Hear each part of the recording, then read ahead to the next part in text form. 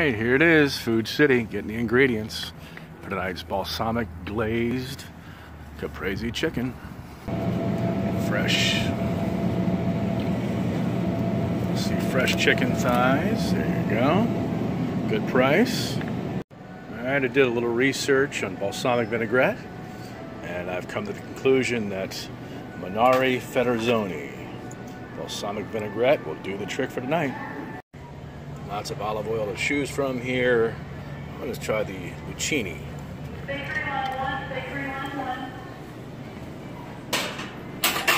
Okay, Kim, there's going to be a conundrum here. There's basil in the squeeze tube. There's basil over here. And there's basil like this. Only one of those can be chiffonaded. Which one will it be? We'll see if she can figure it out. Of course, Valentine's Day, you got to have something called cherubs, right? That's right, delicious grape or cherry tomatoes. And this is not for Tyrone tomorrow, but my family will have a little asparagus this evening. Roasted asparagus, oh yeah. Olive oil, Parmesan cheese, cracked pepper. I know this is not part of the cooking challenge, but I have to ask, how lazy have people become? They need cornflakes already in crumbs. Can't crumb them ourselves. If you were listening the other day, you know that oregano, dried oregano, threw Kim for a loop. But Kim, here's another riddle. Is it oregano leaves or ground oregano? Huh? Which one? Because one is different than the other. Oh, poor Tyrone's taste buds. Can't forget the garlic. Gotta have a big old block of mozzarella cheese. Alright, and the final ingredient, I'm gambling a little bit on the dark brown sugar, hoping that maybe that'll add a little bit more sweetness to the meal. But that looks like everything you'll need for the balsamic glazed Caprese chicken. Good luck, Kim. Hope you can figure out the oregano thing. Alright, everyone, here is the beginning of the balsamic glazed Caprese chicken. I've got my chicken, I've got my cast iron skillet that I'm going to do this thing in. I got the basil. I got the garlic. Got a kosher salt, some brown sugar, some oregano, balsamic vinaigrette, some tomatoes, some olive oil. Before I get that started, show you all something that's not on Tyrone's menu for tomorrow.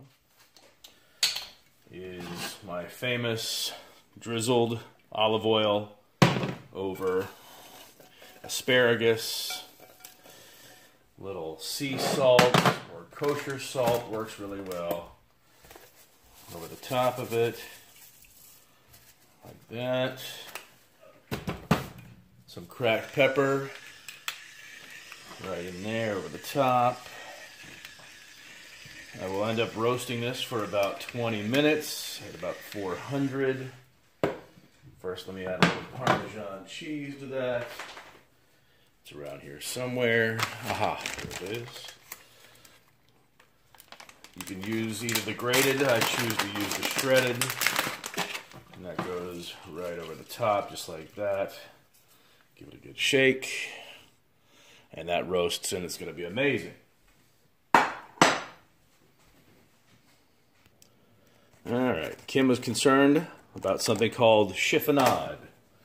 What is chiffonade? Chiffonade is when you take basil leaves and cut them so that they were long strips.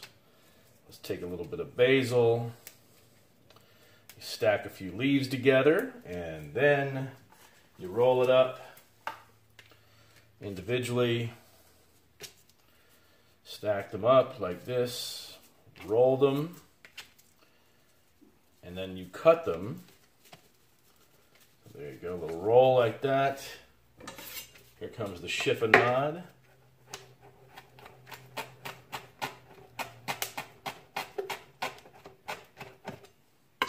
That's what you get. Just like that, long strands.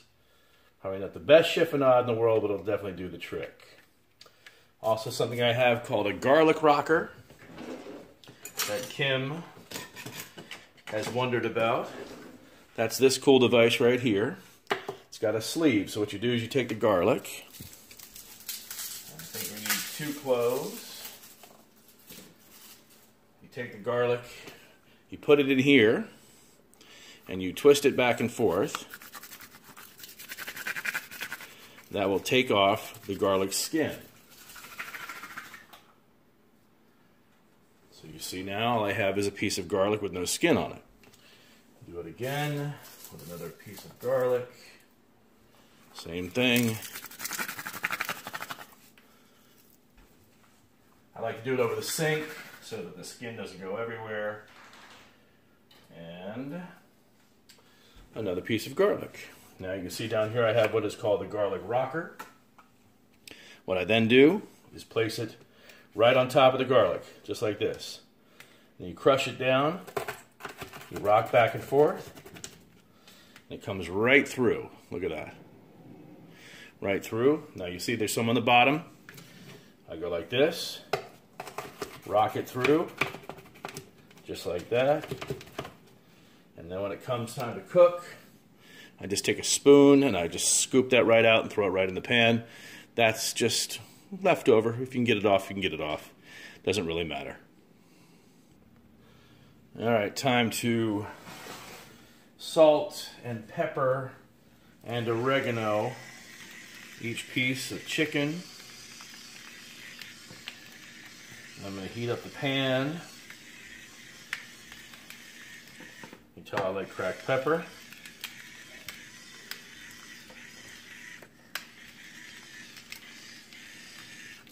Like I should have some music playing in the background.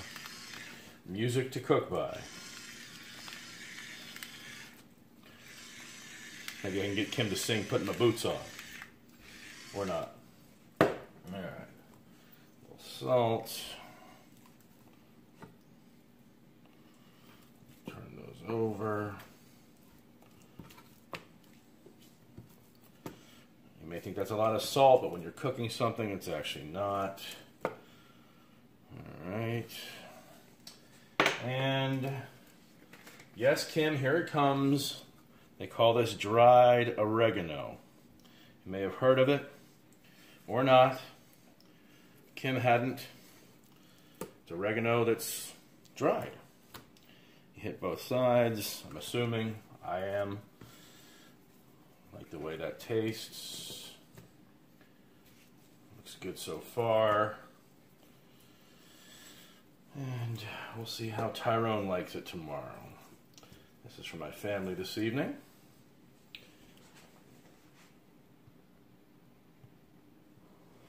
Give this a little drizzle of olive oil, about a teaspoon they said. That should be enough. When it heats up, put the chicken into that. Looks like the pan is hot. Start laying in some of that chicken. Get that cooking in there. Do can we fit enough in there comfortably? Let's just do 5. How about that? We'll leave the 6 for another time. Don't take too much space in the frying pan there. Say about 4 minutes on each side. So we'll do that. Turn it over. See how it looks. All right, that's about 4 minutes. Oh yeah, look at that. Already starting to brown up nicely. Get these turned over.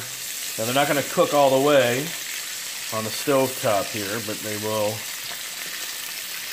finish up in the oven. Let's see here, give these another 4 minutes. And it smells good. Smells good. Alright, let's take a look and see how these are doing down here. Looking good on that side, yeah. Looking good, looking good. Oh, Tyrone is going to enjoy this. Looking good. Another 30 seconds on this. There we go. Then we transfer them to another plate.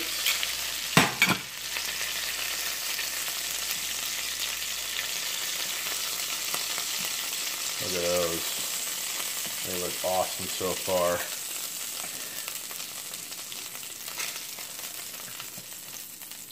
Turn down that heat a little bit. How's it looking so far, huh? Kim, you skirt? You skirt, Kim? This is how you do it right here. I think she's trying it in an Instant Pot. I don't know how well that's going to go. Alrighty, I drained most of the grease out of there. Put that garlic in there, get that going for about a minute, they say. Make it real, not too garlicky. Now, I added one more garlic since the time I rocked it down. So, I'll let that cook in a little bit. About a minute's worth. Oh, that smells good. Good God Almighty. Love that garlic. Alright, time to add that incredible balsamic vinaigrette. Purchased at Food City today, Kim. Not the one that I've loved as I brought back from Italy. Smell that. Now I have to add some brown sugar to that. Hope it didn't cook off. Going a little quicker than I thought. That's packed brown sugar into that. That's 1 tablespoon.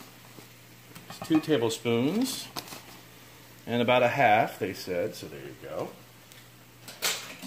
Get that mixed around in there.